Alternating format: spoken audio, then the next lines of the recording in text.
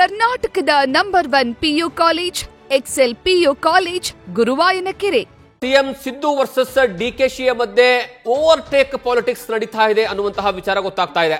ಡಿಸಿಎಂಗೆ ಮೊದಲು ಹೋಗಿ ರಾಹುಲ್ ಗಾಂಧಿಯನ್ನ ಸಿಎಂ ಸಿದ್ದರಾಮಯ್ಯನವರು ಭೇಟಿಯಾಗಿದ್ದಾರೆ. ಇತ್ತ ಸಿಎಂಗೂ ಮೊದಲೇ ಖರ್ಗೆ ಅವರನ್ನ ಭೇಟಿಯಾಗಿರುವಂತಹ ಡಿಕೆ ಶಿವಕುಮಾರ್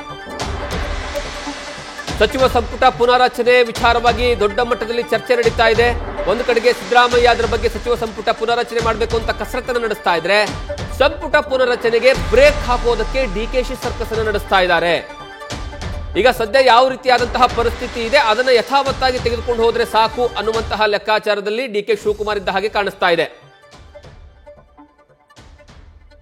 ದೊಡ್ಡ ಮಟ್ಟದಲ್ಲಿ ದೆಹಲಿಯಲ್ಲಿ ರಾಜ್ಯದ ನಾಯಕರ ಪಾಲಿಟಿಕ್ಸ್ ನಡೀತಾ ಇದೆ. ಒಂದ್ ಕಡೆ ಸಿದ್ದರಾಮಯ್ಯನವರು ರಾಹುಲ್ ಗಾಂಧಿ ಅವರನ್ನ ಹೋಗಿ ಭೇಟಿ ಮಾಡಿರುವಂತಹ ಫೋಟೋಸ್ಗಳನ್ನ ನೋಡ್ತಾ ಇದ್ದೀರಾ ನೀವು.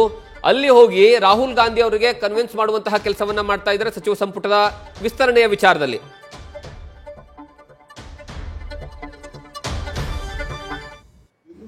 ನಾನು ರಾಜ್ಯಾಧ್ಯಕ್ಷ ರಾಷ್ಟ್ರಾಧ್ಯಕ್ಷ ಭೇಟಿ ಮಾಡೋದು ಸ್ವಾಭಾವಿಕ, ಏನ್ ಸ್ಪೆಷಲ್ ಏನಿಲ್ಲ. ಕೆಲವು ಇಶ್ಯೂಸ್ ಪಕ್ಷದ ವಿಚಾರ, ಕೆಲವು ಆಫೀಸ್ ಇನಾಗ್ರೇಷನ್, ಕೆಲವು ಯಾವ್ದೋ ಟ್ರಸ್ಟ್ ಒಂದು ಎಲ್ಲ ಇಶ್ಯೂಸ್ ಇತ್ತು ಸರ್. ಅಲ್ಲ, ಅದು ಇವಾಗ ಇಡೀ ರಾಜ್ಯಾದ್ಯಂತ ರಾಜಕೀಯ ಚಟುವಟಿಕೆಗಳ ಗರಿಗೆದರಿದೆ. ಎಲ್ಲ ಪುನರ್ರಚನೆ ಎಲ್ಲ ಚರ್ಚೆ ಆಗ್ತಾ ಇಲ್ಲ. ಈ ಸಂದರ್ಭದಲ್ಲಿ ಭೇಟಿಯಾಗಿ ಪಕ್ಷ ಅದು ಅಂದ್ರೆ ಪಾರ್ಟಿ ಇದ್ರೆ ನಾವು ನೀವೆಲ್ಲ, ಪಾರ್ಟಿ ಇದ್ರೆ ನಾವು ನೀವೆಲ್ಲ, ಇದು ಯಾವ ವಿಚಾರವೂ ಚರ್ಚೆ ಆಗಿದೆ.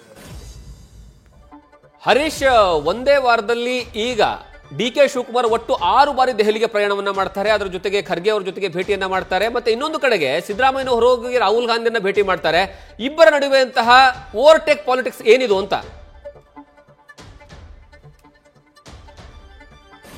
ಜಗದೀಶ್, ಬಹಳ ಮುಖ್ಯವಾಗಿರುವಂತದ್ದು ರಾಜ್ಯ ಕಾಂಗ್ರೆಸ್ ನಲ್ಲಿನ ಬೆಳವಣಿಗೆಗಳು ಈಗ ಕೇಂದ್ರಕ್ಕೆ ಶಿಫ್ಟ್ ಆಗಿರುವಂತದ್ದು, ಅಂದ್ರೆ ದೆಹಲಿಗೆ ಶಿಫ್ಟ್ ಆಗಿದೆ ಅಂತಾನೆ ಕೂಡ ಈಗ ಹೇಳಬಹುದಾಗಿದೆ. ಸಿಎಂ ಸಿದ್ದರಾಮಯ್ಯ ಕೆಲವು ಹೊತ್ತಿನ ಹಿಂದಷ್ಟೇ ಕೂಡ ಈಗ ದೆಹಲಿಯತ್ತ ಪ್ರಯಾಣವನ್ನು ಬೆಳೆಸಿದ್ದಾರೆ. ಸೊ ಆದ್ರೆ ಬಹಳ ಮುಖ್ಯವಾಗಿರುವಂತದ್ದು, ಸೊ ತಮ್ಮ ಅಭಿಪ್ರಾಯಗಳನ್ನ ವ್ಯಕ್ತಪಡಿಸುವಂತ ಲೆಕ್ಕಾಚಾರದ ಭಾಗವಾಗಿ ಭೇಟಿ ಮಾಡತಕ್ಕಂಥ ಪ್ರಯತ್ನಗಳು ಕೂಡ ಈಗ ಚುರುಕಾಗಿ ನಡೀತಾ ಇರುವಂತದ್ದು ಸ್ಪಷ್ಟವಾಗಿ ಗೊತ್ತಾಗ್ತಿದೆ. ಮೊನ್ನೆ ಅಷ್ಟೇ ಸಿಎಂ ಸಿದ್ದರಾಮಯ್ಯರು ದೆಹಲಿಗೆ ತೆರಳುತ್ತಿದ್ದಂತೆ ನೇರವಾಗಿ ರಾಹುಲ್ ಗಾಂಧಿ ಅವರನ್ನ ಭೇಟಿ ಮಾಡಿ ಸೊ ಸಂಪುಟ ಪುನರ್ರಚನೆ ವಿಚಾರವನ್ನ ಪ್ರಸ್ತಾಪ ಮಾಡುವ ಮೂಲಕ ಸೊ ಅಲ್ಲಿಗೆ ತಮ್ಮ ಮನದ ಇಂಗಿತವನ್ನು ವ್ಯಕ್ತಪಡಿಸುವಂತ ಲೆಕ್ಕಾಚಾರದಲ್ಲಿ ಅವರು ಯಶಸ್ವಿ ಕೂಡ ಆಗಿದ್ದಾರೆ. ಮಗದೊಂದ್ ಕಡೆ ಇತ್ತ ಡಿಸಿಎಂ ಡಿಕೆ ಶಿವಕುಮಾರ್ ಅವರು ನಿನ್ನೆ ಅಂದ್ರೆ ಸಿಎಂ ಅವರು ಭೇಟಿ ಮಾಡೋದಕ್ಕೂ ಮೊದಲು ನಿನ್ನೆ ಸೊ ಮಲ್ಲಿಕಾರ್ಜುನ ಖರ್ಗೆ ಅವ್ರನ್ನ ಭೇಟಿ ಮಾಡಿ ಸೊ ಒಂದಷ್ಟು ಅಂದ್ರೆ ನಾಯಕತ್ವ ಬದಲಾವಣೆಗೆ ಬ್ರೇಕ್ ಹಾಕುವಂತ ಲೆಕ್ಕಾಚಾರದಲ್ಲಿ ಜೊತೆಗೆ ಸಂಪುಟ ಪುನರ್ರಚನೆ ವಿಚಾರಕ್ಕೆ ಸಂಬಂಧಪಟ್ಟಂಗೆ ಒಂದಷ್ಟು ತಂತ್ರಗಾರಿಕೆಯನ್ನು ರೂಪಿಸಿದ್ದಾರೆ ಅಂತ ಹೇಳಲಾಗ್ತದೆ. ಯಾಕಂತಂದ್ರೆ ತಾನು ಕರ್ನಾಟಕದಲ್ಲಿ ಸಾಕಷ್ಟು ಕೂಡ ಶ್ರಮ ಪಡಿಸಿ ಸೊ ಪಕ್ಷವನ್ನು ಅಧಿಕಾರಕ್ಕೆ ತಂದ್ರೆ, ಹಾಗಾಗಿ ಸಂಪುಟ ಪುನರ್ರಚನೆ ಮಾಡೋದಿದ್ರೆ ನಾಯಕತ್ವವನ್ನ ಇತ್ಯರ್ಥಪಡಿಸಿ ಆಮೇಲೆ ಸಂಪುಟ ಪುನರ್ರಚನೆ ಮಾಡಿ ಅನ್ನುವಂತ ಬಿಗಿಪಟ್ಟನ್ನು ಹಿಡಿದಿರುವಂತದ್ದು. ಇವೆಲ್ಲವೂ ಕೂಡ ಓವರ್ಟೇಕ್ ಪಾಲಿಟಿಕ್ಸ್ ಅನ್ನುವಂಥದ್ದು ಸ್ಪಷ್ಟವಾಗಿ ಕಾಣಿಸ್ತಾ ಇದೆ.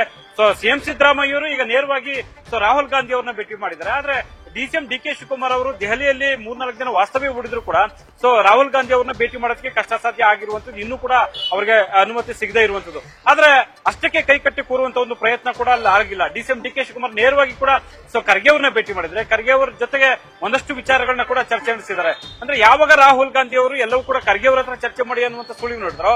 ಸೊ ಅದಕ್ಕೂ ಅದು ಗೊತ್ತಾಗ್ತಿದ್ದಂಗೆ ಡಿಸಿಎಂ ಡಿಕೆ ಶಿವಕುಮಾರ್ ಅವರು ಇವತ್ತು ಸಿಎಂ ಭೇಟಿ ಮಾಡೋದಕ್ಕೂ ಮೊದಲೇ ನೆನ್ನೆನೆ ಸೊ ಅವ್ರನ್ನ ಖರ್ಗೆ ಅವ್ರನ್ನ ಭೇಟಿ ಮಾಡಿ ಒಂದಷ್ಟು ವಿಚಾರಗಳನ್ನ ಚರ್ಚೆ ಮಾಡಿರುವಂತದ್ದು.